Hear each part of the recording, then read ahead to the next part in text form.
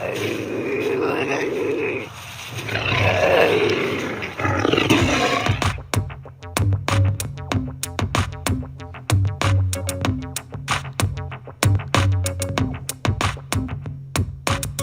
blast off in my time machine.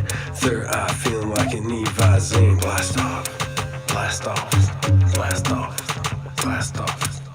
Come blast off in my time machine.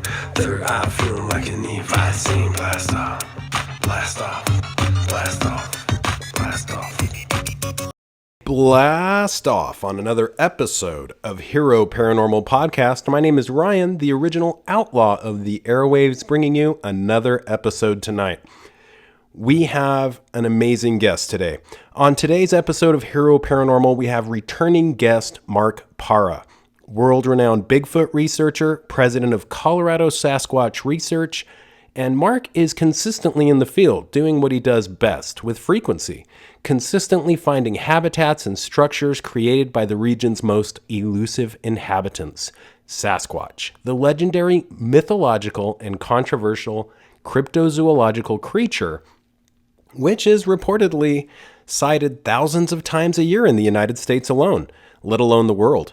Over time, Mark has gathered images and a remarkable knowledge of the stomping grounds of the creature, which is purported by many to inhabit the forests of North America.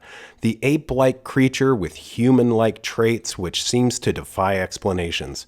Mark's methodologies have provided consistent telltale signs of the creature's existence throughout the years, and he has incorporated flexible research methods to provide valid documentations of his findings. I couldn't be more excited to discuss the physical evidence and analysis of the secluded places this Sasquatch may call home. Mark, welcome to the Hero Paranormal Podcast. Thanks for having me. Appreciate it.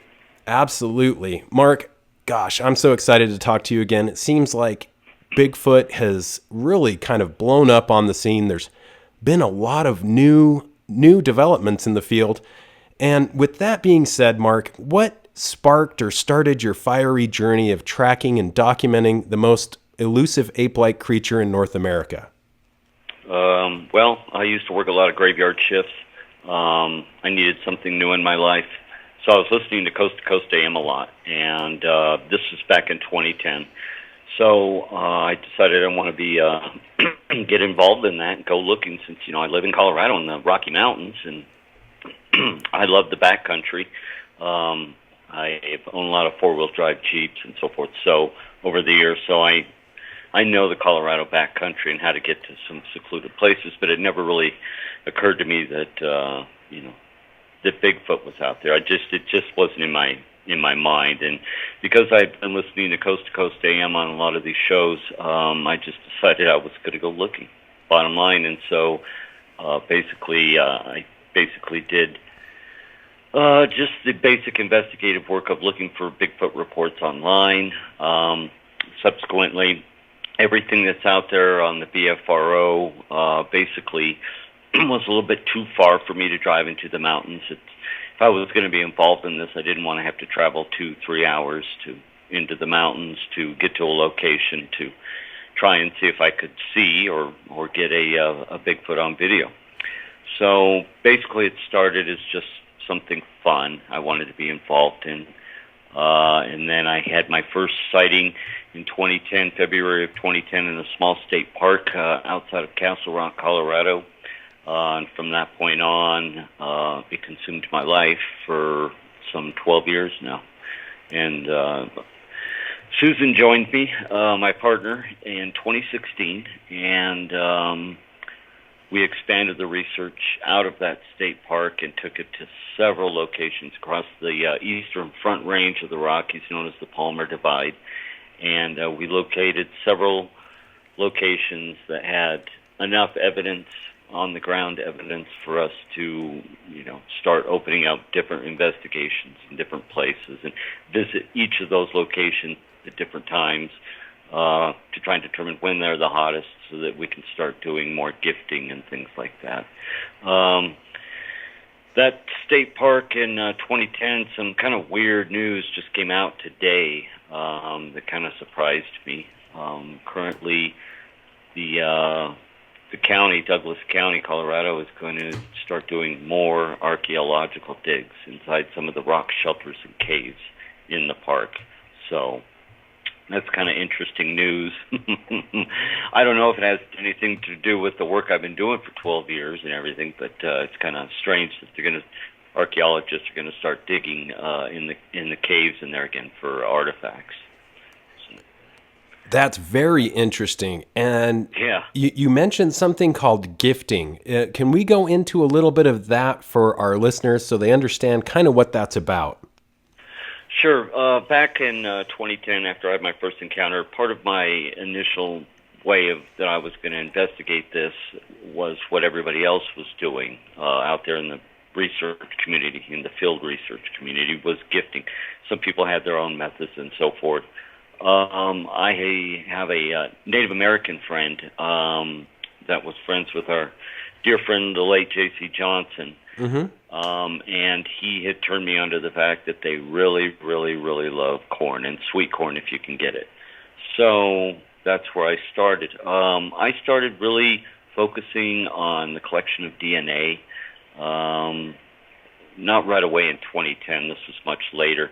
The DNA study, the Ketchum DNA study, was just ending, I believe, but the report hadn't been out, so my samples didn't get in there. But what I had talked to her about, what I was using, and that was corn. I was taking like a white sack with a piece of rope and putting like 12 pieces of corn. I would just go to Walmart and buy, a dozen or more corn, take it with me. I had one particular cave that I had discovered over the years that was going to become that gifting location. There was teepee structures and prints, and I had captured some things on video back in this particular area. This cave was really hot. I had seen large rocks moved in front of holes into like tombs. They're like tomb caves or pits. They can move a big rock in front of it, and you'd never know anything was in there. Anyway, so forth. So one of these caves, I used to tuck it way back, kind of high in a little crevice in a hole, that white sack. And I would come back, and sometimes the entire sack would just be gone, and there would be nothing. And then another time I had corn where it looks like they had taken the sack, but had eaten some on site, maybe 5 or 6 of the corn cobs, and they were just stripped dry, and they were down on the ground. And, so I collected that and tried to not contaminate it the best I could. And, Melba Kitchum had told me at that time that was an excellent idea because those corn cobs will actually hold the saliva in there through any weather conditions, freezing cold, hot, heat. That those corn cobs will really absorb that saliva and that DNA in them. So, but I never did get to submit those samples into the study because, like I had said, I kind of got into it late as that was occurring. JC had kept me informed on his samples that he had submitted and so forth, but he was already in the whole process of submitting the samples and so forth long before I had started to choose to start gifting. My whole thing from the beginning is always I wanted to get one of these on video, if I could, and that was enough for me. But there's kind of a learning curve, that goes with when you're going to become a field researcher. You're going to be experimenting with all of that type DNA collection, looking for hair, things that in the long run I feel aren't really going to matter. People are going to disagree with me on that. I think we've kind of jumped beyond DNA in gifting because the focus now in anthropology is the bones. Mm-hmm. And I know that's why Douglas County has chosen to go back into my, one of our research areas, my main research area, and start doing archaeological digs again. And I knew that was going to happen because the teams that the British, American, and Russian scientists that worked on the Denisova project now have opened a secondary cave. They're working in Alaska, looking to see if they can pick up the trail of hominids coming across the strait and so forth. So yeah, that's kind of where I'm right now. I I have at least 6 locations where Susan and I have located graves. They're shallow mounds, basically. Sometimes logs and debris have been mixed in with rocks, but you can clearly see that they're mounds. One of these in particular has like a wild grass that grows over it, and it's in the shape, if you were to bury a 10-foot Bigfoot, it's what the shape of this particular grave looks like. Whoa. But because of laws and other things, we really have to keep that secret if we're going to choose to dig one of these up, because, you could get in big trouble for doing that in Colorado, big trouble. And I'm glad, and you are very respectful of the quote-unquote stomping grounds of the creature, and I'm glad you mentioned J.C. Johnson, because what a fascinating individual, and I mean, it's close to a real-life Indiana Jones as I've ever come across, and I kind of see him as a lot of the true blue Bigfoot researchers kind of were involved with or connected with that camp. Pretty amazing stuff, and I'm glad you mentioned him. People often hunt and sometimes see Bigfoot when looking, and is there a correlation between the two, or are there tricks of the trade, in your opinion, which offer more likelihood to see the creature for those who haven't gone out? Okay, one of the biggest things that was the most revealing piece of data that we found in Colorado is that Sasquatch sightings appear to happen in areas where the Ute Indians had settlements. In the way the Utes didn't have a central Pueblo location with kivas and so forth like that. The Ute were pretty much a nomadic Native American tribe, and they followed the elk herds and the mountain goat herds inside Colorado, pronghorn sheep, mountain sheep, so forth, and they stuck close to them because there's 2 reasons. The elk have different migrational routes in Colorado, and when the Native Americans would always stick with, within a couple miles or so forth of these migrating elk, moving with the elk, because the elk, for one, provided all the skins, the meat, and so forth to feed the tribes. But also because in Colorado, the elk like to migrate through. We have a lot of areas known as flatlands that aren't up in the high Rocky Mountains, but in these flatlands, you have groupings of large amounts of pine trees, the same type of what we call foothills pines, which are all the different species of pine trees that are in the mountains. These are down on the eastern plains. So the elk come down off the foothills into certain areas just east, almost not quite to I-25, a little beyond it. And these Sasquatch, we've tracked them. We know what they do. They follow the elk because it is about resources. They do like to stick, and I have to say this, my research is focused on the eastern front range of the Rockies. It's what we do. I can't speak for what other people experience in other parts of the state or in other states, because it doesn't apply because of diet and topography and everything else in order for the creatures to survive out here in Colorado.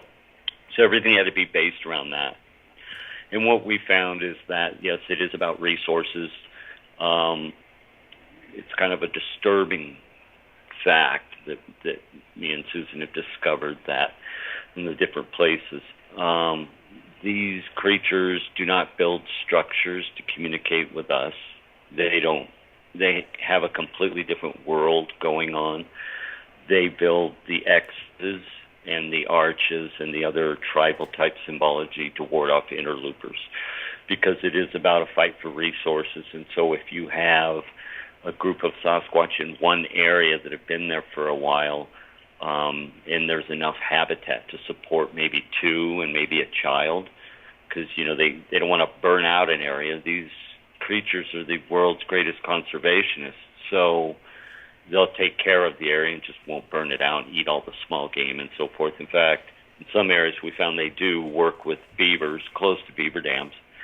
But so anyways, I believe these things build those structures and the X symbols and symbology for interlopers to come in and try and kick them out and I believe they've killed each other. I think that these Bigfoots actually, attack each other. Mm-hmm. Yeah. And I think that as far as a conservation perspective, I agree 100% just on my limited knowledge. And, I like what I believe it's Matt Moneymaker says. We have a lot to learn from the Sasquatch. There is a significant debate in the Bigfoot community about what exactly Bigfoot is. In your best approximation of your countless years of research, what is a valid description of the creature in your opinion? Wild hominin. Mm-hmm. It somehow had survived. I'm pretty much in Melba Ketchum's camp on most of it, other than the opinions, maybe the personal opinions. What I've seen in Colorado lives in caves. They live in, like I said, tombs, pits, and so forth. This also protects them from forest fires, which is one of the reasons I was able to figure that out, that that's what they were doing. When there's a forest fire, they can entomb themselves in a small cave and basically pull a rock and put other debris in front of it, and they're fine till the fire passes. And that's how we discovered what they were doing, is they were living underground. So, in my opinion, these things, from what I have witnessed, they have the brow ridge, they have the big eyes for seeing in the dark. There's no way they could hide from us as long as they have their one main thing is the wiring of their brain to see in the infrared spectrum, and they dog us at every corner based on that simple fact, because their entire brainwave activity is going to be different than us. They may have our intelligence, but basically, in order for them to really get away, to hide. They're using some basics. If you were a wild man, if you see, that's part of building a profile in my investigations. Is when we go into an area, I immediately start building a tracker's profile on what I'm going after. So I start thinking about getting it into its head. Where's the water? Where's the food? Why is it here? And so forth. And it's really, at times, it seems like it's really easy. Because you start picking up sign, you may get whooped at. It's getting a little closer as you push at them. We've had rocks thrown at us, and I'm the type of guy, and Susan will tell you, I ran up the hill. I made a little prep to make sure she was safe and everything was served. We had a rock thrown at us on the Platte River, and I took off up the hill for about a quarter of a mile to see who threw a rock at me. And found the prints right away. Wow. He was in full retreat. And then in that set of videos, everybody saw I found some really cool caves, very, very hidden cave back there that no one would know if I hadn't gone up there. And that took on a series of videos up there. I had some experiences up there, but they are very hominid. I don't know how else to put it. If you want to say Homo antecessor, Heidelbergensis, Homo erectus, any of those hominin species that we've all studied up on. If you have studied up on them, some people just don't. They just make up stories of what they are. They are the hominins. They have the brow ridge to see in the dark. They utilize caves, that type of hide capability. They follow the wild game. And as my buddy Robert Kreider has pointed out time and time again, a big part of what we do on forensic ground research is poop. And that's how we determine what they're eating. The poop. It's saying that there is a wild hominin, and that's what I call them, as a hominin, because I'm thinking my sight. It's not that it's linear. I do have an open mind to everything, but the basic profile of what everybody has been dealing with out there is a hominin. Yes. And that's basically, it's just a version. I know that Melba did the DNA and so forth, is that there's not Neanderthal and so forth there, but as we've been learning, there's so many hominin species that are being unearthed now, whether it's Dragon Man in China, what's going on in Alaska, and a trail has been started in Denisova. Things that they didn't see these last couple of years that the science didn't know about. They found Neanderthal bones in Indonesia, and just a few years ago that was unheard of. No one thought they'd made it that far. So clearly hominins were moving with the Siberian populations. As the ice melted in North America, the natural disasters ceased.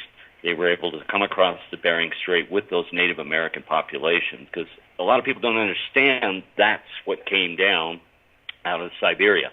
And those, whether it be the Inuit and so forth, moved. Those Native American populations came out of Canada also, south into the continental United States.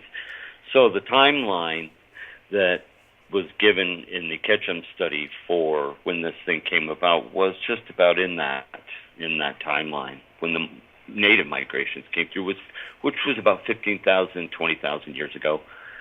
So I've always kind of stuck with the hominin theory. I'm not denying the paranormal stuff because we've experienced it, but as far as the living, breathing thing that we have encountered and seen, it's very similar to Patty. Very similar. I don't know about so much as far as the gait and the way it walks and so forth, kind of goofy. We haven't seen that, but we've seen them in full retreat, especially along the river. As you move down the river towards whatever was making the whoops, they move, and they can cross the river, so forth. So it's not like we just catch up to them, like we just see them every time we go out or so forth. There's little subtle things that you pick up on, mainly audibles, whoops, and that type, breaking of branches. You know they're in your area. Sometimes they'll throw a rock. Doesn't mean you're going to see them every time or hear them. Mm-hmm. So, but I think they're hominins. There's no question about that. As far as all the others, the stuff that people label on them, I'm not there yet. I'm not. Even though I've been experiencing the paranormal since I was a sheriff's deputy in Colorado, because a thing that new deputies have to do is we have to go and work in the hospitals. Sometimes we have to transport prisoners to the hospitals to have surgery or if they're ill or whatever, and sometimes they die. So I worked at some of the biggest hospitals in Colorado, and I've had my fair share of ghosts and voices that just come out of thin air in the hospital. So I was well accustomed to dealing with the paranormal before I got into this. So I have a broad horizon mindset on all of that. I mean, I have an open mind. But in the end, what me and Susan have seen and all the evidence points to that what I've been tracking is real. It's living based on the poop and other things like that. Mm-hmm. They do get sick. Also the food, the diet. I mean, we find these little teepees. A lot of people have attributed these to juveniles doing it, where you find a little teepee just, about 5 feet high or so, maybe 2 feet high, against a tree. And it has other structures around it, so people believe it is Sasquatch, and it is. But a lot of times people don't take that apart and look at it. And that's basically, those are food caches. A Bigfoot doesn't need to mark a trail. It's been, going through up and down night after night, night after night, year after year. It knows where it's going. It doesn't need to mark trails. So what they're doing is they're caching food inside these little cache points. Robert Kreider had pointed out the same thing, that they stash food in rock stacks and against crevices, rock shelters, and so forth, berries, nuts, leaves, small game, things like that, and we have found that. So the paranormal Sasquatch is not doing that, and there's just no way around it. All the data that we have shows that there's whatever we're tracking with 16-inch prints is doing that. So there is a real living side to these, no question. Definitely. And I'm glad you brought up Robert Kreider, because he is someone who, in my experience, is very valid. And, it does seem as if these creatures really like the waterways. I'm glad you brought up the paranormal topic of Bigfoot. And, a lot of people merge that with shapeshifters, wendigos, and other mythical creatures, and it sometimes spills over into the Bigfoot arena of research. Have you had any paranormal experiences with dimensional entities when out in the field? And if not, do you think that they should be grouped in to the same field of study? Yes, we have. Susan, when she joined me in 2016, had an encounter with a being that was following her. It was getting dark. She was making her way to the trailhead.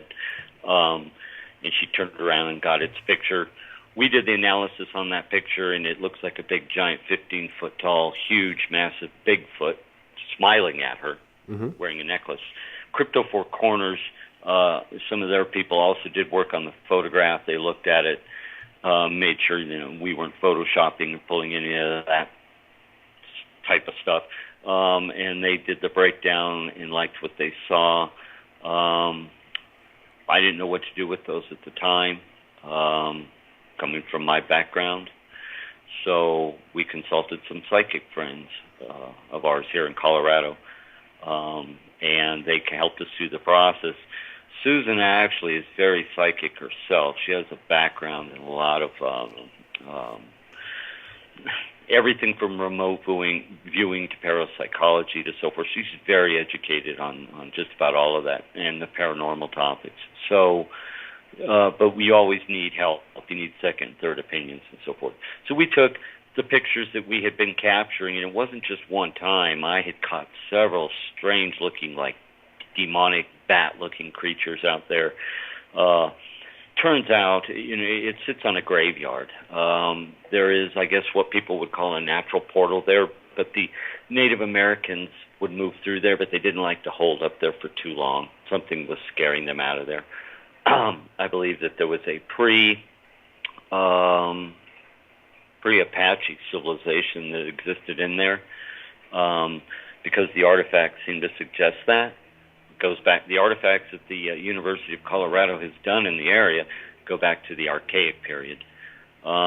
We have dinosaur prints out there. Now, the paranormal, what I want to touch on is there was a thing where the BFRO had released a video from somewhere that they had gotten. I believe it was not sure where it was. It's just new, where you see an entity kind of bouncing around like a monkey off in the distance, but it's transparent, and it looks like it's on a camera, stationary security camera maybe, and it's bouncing around out there. That is a poltergeist. In the paranormal community, the people that do any type of that cleansing, psychic cleansings of homes, deal with ghosts, spirits, and other type of entities, demons. That is what's known as a poltergeist, and that is a big part of the Bigfoot community. And the reason why is this: if you're out in the forest, especially in Colorado, it has its old West history. There were gunfights over gold. People just died right there. Sometimes people didn't get buried in these gunfights with Native Americans and gold miners, the Army. Colorado has a very violent beginning. And so it's haunted ground everywhere. We have ghost towns everywhere, and it is really haunted. So a big question about all that is, with Bigfoot, is are they attracted to that energy? Sure, Bigfoot's going to see the ghosts, the spirits, the Indian spirits, if they're around, especially around Indian graveyards. They're going to do they interact with it? Who knows? I'm sure they're curious about it, and somehow they interact with it. Or are they that tribal, and Bigfoot have their own shamans and so forth, their medicine people that interact with portals?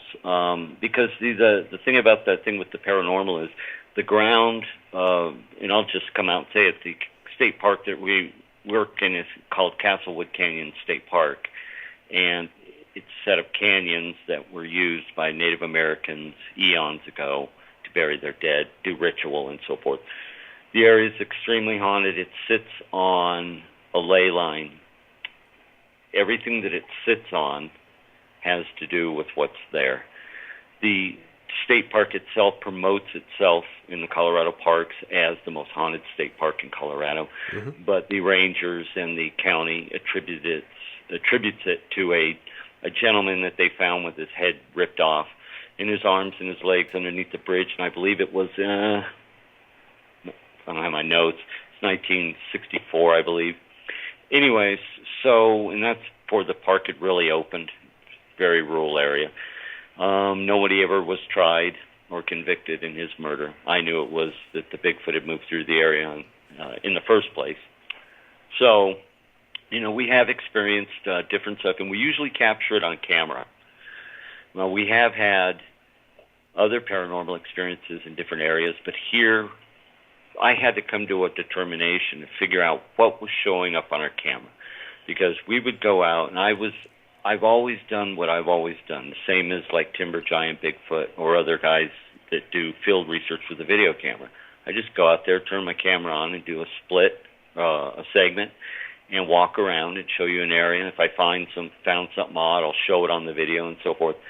But a big thing that Timber Giant, Bigfoot started was people started saying you got stuff moving on around you, behind you, and to the sides of you in your peripheral that you're not noticing. So we started doing that and slowing our videos down and looking at that. That became a very, very couple-year-long lesson in cameras. I had to learn the inner workings of modern digital cameras and to understand what was exactly going on, because there is a lot of huckstery with that. And there's a lot of times I had to debunk myself. Things that I originally maybe had thought early on were related to the big fat activity I was investigating weren't. They were created by the camera and panning effects and so forth. Because cameras are pretty sophisticated, and they have back in 2010 when all of this began, the cameras that had come out at that time weren't very good. They were running a little CMOS sensor inside of them with a facial recognition chip. And if you panned around too quick, and they were only pushing 720p in 2010, sometimes, if you paid good money, you got a 1080p. But after video gets compressed and so forth, it kicked it back down to 720p. So panning around and so forth created smoky phantoms and so forth. And so it became a process of, once I learned that, I could decipher what actually was real and going on and what wasn't. That helped a lot, because I was starting to kind of fall into the drain of the blob squatch. Mm-hmm. And what happens is once you get caught in that, it's very hard to get out of that.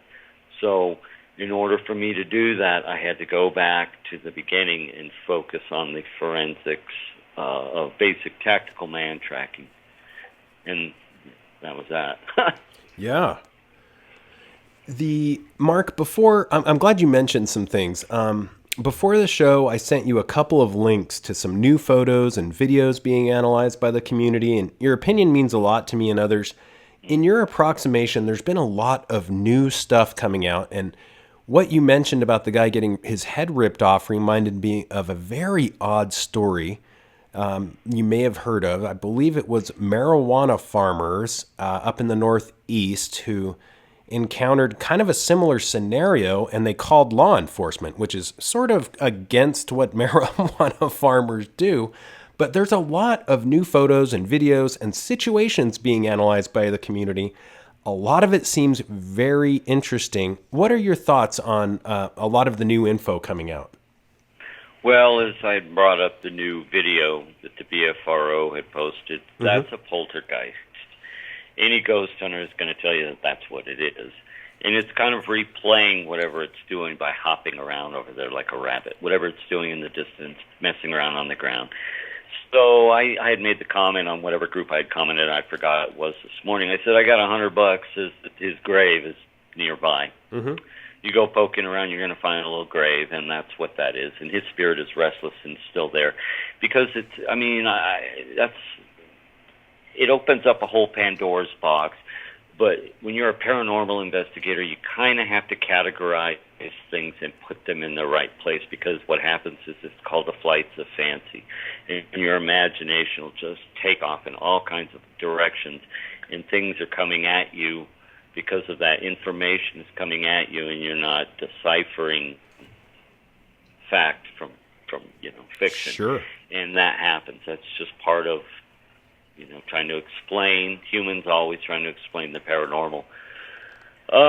There is still a lot of that going on. I mean, I understand, like I said, the paranormal stuff, it does happen, but I believe that Sasquatch is a tribal race. And people have laughed at me and said, you're suggesting there's an undiscovered race living out there in the wilds in Colorado. And I'm saying, well, yeah, basically that's what I'm saying, and they are an undiscovered race. Population, who knows? It's going to be high because it's booming in Colorado. But yeah, the community itself, and you kind of have to understand trends. When you've been doing this a long time, for the people that have been doing Bigfoot a long time, we've seen a lot of things come and go. A lot in a short period of time. Everything from world-class hoaxers to the Ketchum study to personalities that have come and gone, passed away, to new information, new insights, and trends. And like anything else, and in the paranormal and UFO community, trends come along.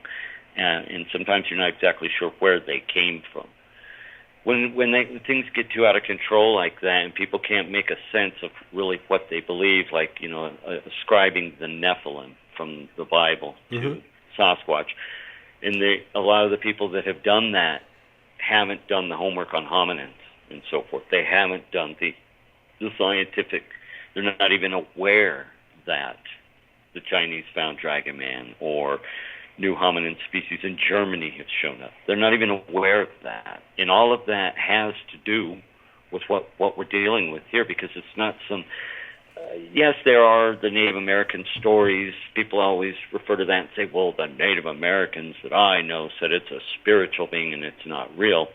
Well, the Cheyenne Indians never said that, and they were the first really major tribe to start moving across from North America as they came down with the Blackfeet into Canada, and they eventually ended up in Montana. But they traveled all across Yosemite, and all through Yosemite was Cheyenne. And the Cheyenne clearly state in their creation story that the hairy ones, the hairy people, they didn't intermingle with them, and there weren't green, blue, red lights coming out of the sky and picking them up. They pretty much kept to themselves and stayed in their caves. And that's basically what we're dealing with in Colorado. I have an isolated race of hairy beings, of hominins, that stick to the caves, and they do come close into the towns. Part of that has to do, like within Bailey, Colorado, has to do with resources. A lot of the mountain towns are built around a river, and that's where you're going to have your game and fish that's going to stock the rivers with fish, which is going to attract the deer and the reptiles and every other type of fauna. And that's basically how communities in the Rockies are built around, is that water source. So the Sasquatch are going to be right there in their perimeter, too, living amongst the people.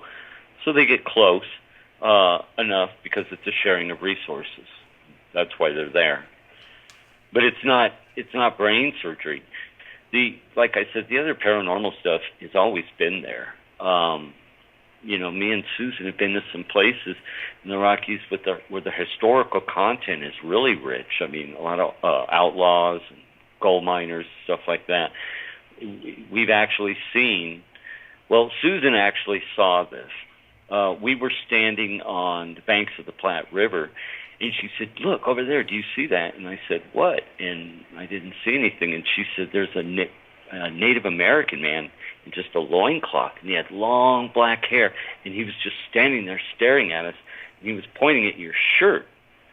And I was like, he was pointing at my shirt, and I looked down, and I had a thing with a skull on it. And he was there, and when she looked back, he was gone. And so we've had other nighttime camping and so forth, phantom energies. For that, there's Native American graves around there, or there's that historical content. Something happened there back in the Old West, a gunfight or something. And like I said, Colorado is such a rich Old West history that it's just haunted everywhere. And so phantoms are part of the local lore. And a lot of times I think it's a misidentification, and people ascribe that to being a Bigfoot. And a Bigfoot to us is what we're finding, the prints and in what we've seen and hear audibly. They've talked to us, we've heard them shout phrases to us. Not telepathically, not that what people call woo. We've actually heard the things bark phrases out at us before. Mm-hmm. Amazing. And you're right. Over the years, a lot of things have come and gone in the Bigfoot community. One controversy over the years that the Bigfoot community has, had and still struggles with is the need to have a viable corpse or body for science. And this has exploded into almost a political debate. In your expert opinion, is this something you believe is necessary? What I believe the next evolution for Bigfoot research, and I want to be involved in it in any way that I can if I can find a route, is the search for the bones. As I mentioned before, I believe in the hominid discoveries that have been moving slowly east right to us. It started in Alaska. Now it's moved back into my area, and I need to find out why. Douglas County is digging in caves again. They're looking for something beyond arrowheads. I know they are, because that's a big project, and it takes a huge federal grant to start doing that. So that is the next evolution of, and I actually have more interesting stories about that historically. But I believe that's where we need to be focusing, is not the DNA, not extracting DNA from nests and doing things like that, where we're really kind of like pushing, trying to find something. It's like you're almost reaching and searching. The bones, if we can locate and prove that hominids did here exist in North America, then we're on our way, because we'll find the giants. Cool. Now, there's all kinds of conspiracies out there about why, because of native law and other things, so forth, tribal law in the United States, that they can't dig up huge mounds and so forth to see what's in those huge mounds. But ground-penetrating radar can work. The problem is that this is like new.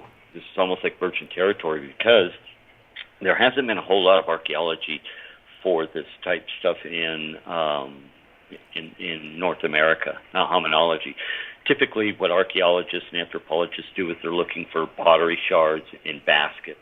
Basket weaving and pottery shards is how we determine in anthropology where certain native populations moved, migrated to, and so forth, because based on the type of pottery they made. I mean, that's pretty much how archaeology works.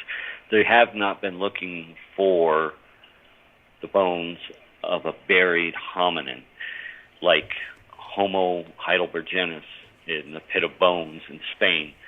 I believe with all my heart that is what is going to be the next major breakthrough in North America and Bigfoot research, is we're going to discover a cavern or cave where bones are of the species, and it was ritualized, and they practiced burial rites to make sure that it wasn't disturbed. But, one way that the problem with that is in caves, you're going to have to use ground-penetrating radar and that type things, because each civilization that uses a rock shelter or a cave, like let's say people way back in the Archaic period used it, and then people in 1725 used it in the Old West. So you have all these layers of civilization that have their trash and other stuff buried in that. And that's basically where they need to get to the lowest level to find out if Bigfoot's, been burying their dead here. That's either going to make or break us. I may not see it in my lifetime. I'm hoping I do. I can feel it like it's on the horizon. But I feel the bones of the creature is where we need to be focusing. So, like I said, we have several graves. We're kind of debating on what to do, going forward with that, because some of them are in national forests. So if there was a Bigfoot buried there and we had very large bones, we wouldn't get in trouble. But if it was on BLM land or tribal land, we could. So Amazing. That's one of those things to consider before you go start digging up graves looking for the bones. Yeah, and Mark, you are always in the field and far from being an armchair researcher, as they are called. Can you give listeners, other than the examples you have already, a couple of details of recent Bigfoot sightings or investigations that have made an impression on you? You mean here in Colorado? Right. Yes. You mean of my research here in Colorado? Correct. Okay. I'll start with the Hayman Group. 2009, Hayman Fire down in the Platte River Valley here in Colorado. It's one of the most devastating fires in Colorado history. It destroyed much of the historical area. I'm talking around the South Platte River Valley. Big area around Buffalo Creek. It just burned it up. Part of Section 2 of the Colorado Trail is completely gone and was just destroyed. And that particular area was Bigfoot rich in lore, legend, and sightings for many, many years. It's near Deckers, Colorado, which is still a hot spot. But basically what the Bigfoot did in the predictive model with the forest fire is they ran to the river, to the and set up shop on the other side where the fire didn't jump the river. Basically, they set up shop there. And just basically using a basic model of where would you run if you were a Bigfoot and this forest fire happened here, we started running across the symbology, the prints, everything that we needed on the other side of the river. And we were up there, and we had a rock thrown at us. Subsequently, we found the caves. I used Google Earth. We used Google Earth and a little bit of remote viewing to try and track this rock thrower down. We narrowed them down on the Platte River near a place called Stronta Springs Reservoir, up on a high cliff. He was just sitting up there. We were there. We were actually there looking to see what, who threw the rock at us. He was sitting up on a cliff. We were on the other side of the river. We were yelling at it and so forth, and we couldn't get its attention. So we came back the next week, went up that side of the hill, climbed up that cliff to where he was. I did a video up there the day that I went up there. Found a rock stack up there, a twisted tree, maybe a print. We had the picture of what looked like Patty sitting up there, just massive, just watching the river. We were yelling at the thing. It didn't turn and look at us or anything. It was just sitting there staring like it was meditating. It was like in a sitting meditative style. So we got up there. I went up there. Susan stayed at the bottom. We did the video. Ran into another one at the top of the hill. The hair on my neck stood up. I got a little bit of him on video, and I booked it down the hill, killed the video. In that time, in that group that we've been studying, the Heyman group, we found, like I was talking about, holes in the ground where you have big logs that have been snapped and shoved down in the hole, like somebody's been like hanging out in the hole, and then you have these big rocks that could just be moved and plug up the hole. I said, who's doing that? That was them. That's the Heyman group. That's what we named them. We're still focusing on that group. We have another group that does some incredible twisting of logs, like King Kong's doing it up near Evergreen in an area. Very structure-rich environment. This is all in our book, in my upcoming book.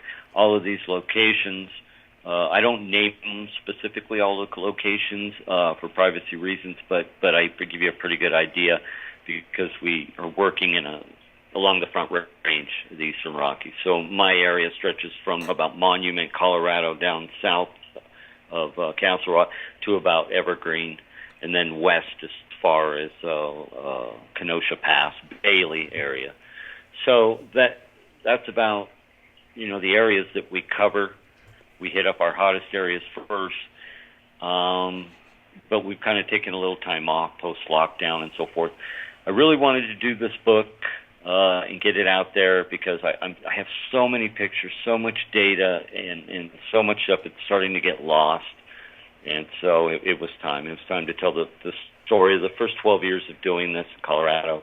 And so that's what we've been kind of focused on right now. We know where these clans are at, and if we know they don't travel beyond that.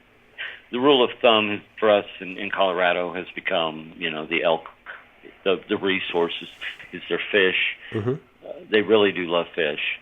One of the biggest areas up near Mount Shabana, which is the fish hatchery for this part of eastern Colorado, they got lots of Bigfoot activity up there. It's almost like they sit in the cliffs over and watch the hatchery. It's so cool. Very cool. And, studying Bigfoot can be a challenging endeavor. People have opinions of folks like you and I and others in the field, and I'm wondering if research has changed your life in any positive or even negative ways. Okay, I tell people this when I got into this, the most important thing I ever did when I decided to become in Bigfoot was do the background research. Out of all the BFR reports out there that I had said were too far to travel, there was one particular report out there that stood alone online all by itself, and that was Oregon report number, Oregon Bigfoot Research Group.com report number 1339. And that single report gave me an outlet where to go to start looking. High sighting area. This guy talked about dogs getting wrapped around trees and so forth. chose that location because it was convenient for me, and it changed my life. Because I would have never, had I not pursued that particular report, I would have never ended up in those canyons. I would have never, ever had my first encounter there. I would have chosen another location. I chose that report. And I'm sure those guys at OregonBigfootResearch.com are really loving that. But their report stuck out all by itself, so it was almost kind of like fate to me, I believe, that I was meant to follow up on that report. It caused my sighting, and it caused me to become part of this community going forward, and I've been obsessed with answering some things. I know they exist. I mean, and they're like I said, there's other researchers who will tell you once you live in a rich environment like the Rockies, they're not hard to find. So I don't need to be out there every single day hunting them down every single day, because if someone were to fly out here and say, hey, take me to one of your research areas, let's see what happened, I'm pretty sure we would have some sort of an encounter in one of those areas, guaranteed. So I'm not worried about taking a little time off and pursuing other endeavors, too. But we're still at it.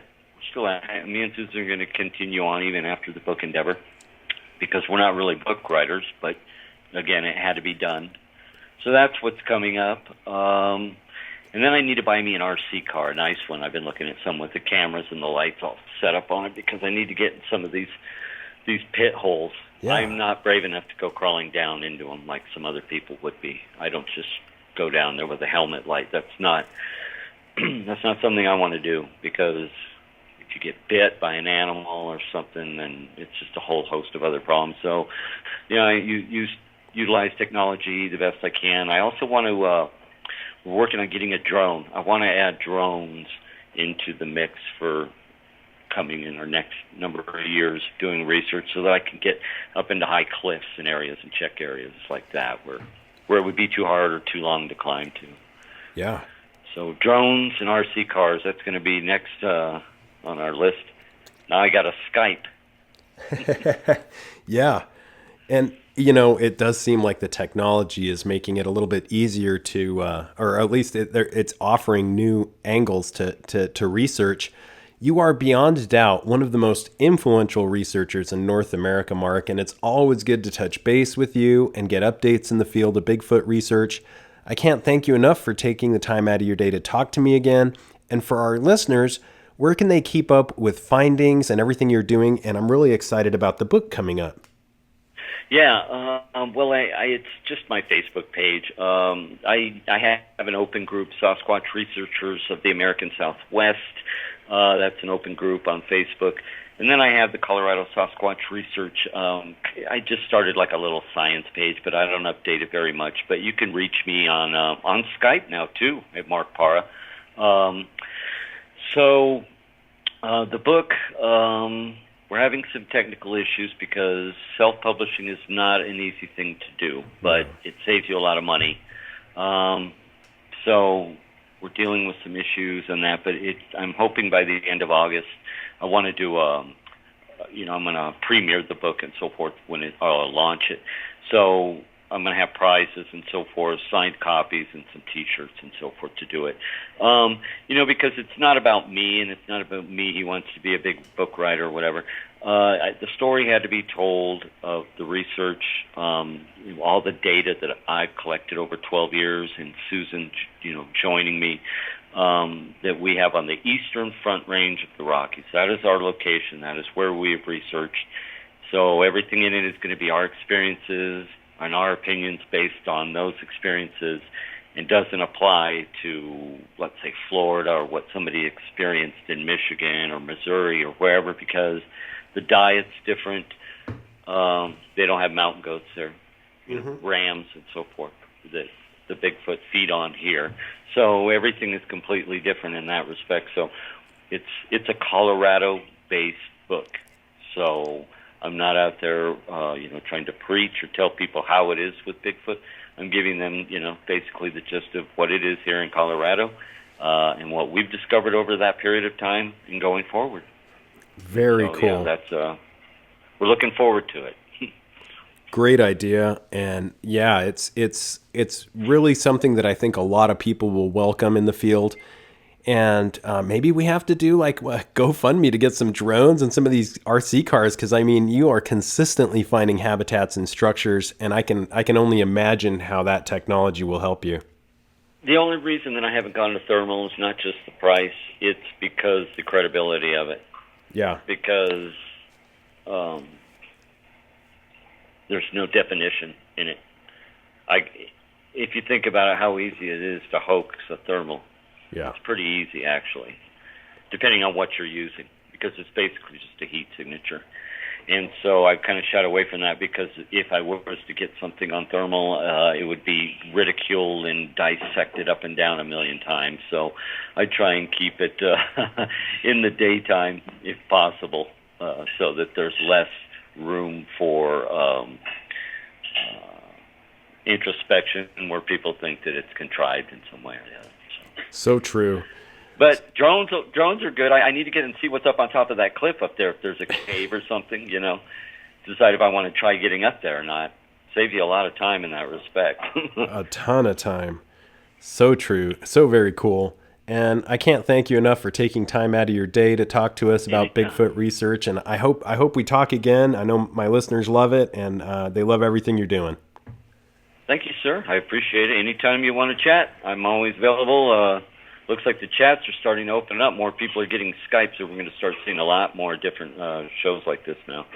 So it's kind of cool. It is very cool. We might be going back into lockdown, so why not, right? That's right. All right, my man. I wish you the best, and I hope we talk soon. Have a great rest of your day. All right, thanks, Ryan. Take care. Have a great day. You too. Well, there you have it, ladies and gentlemen. Mark Parra, world-renowned Bigfoot researcher, president of Colorado Sasquatch Research. Mark is consistently in the field. Very controversial cryptozoological creature, which is reportedly cited thousands of times. And he's in a hot spot. Over time, Mark has gathered tons of images he's shared and remarkable knowledge. And I really can't wait until this book comes out. Can't wait to have him on the podcast again. And until next time, keep your eyes to the skies, feet on the ground, but don't forget to take a look around.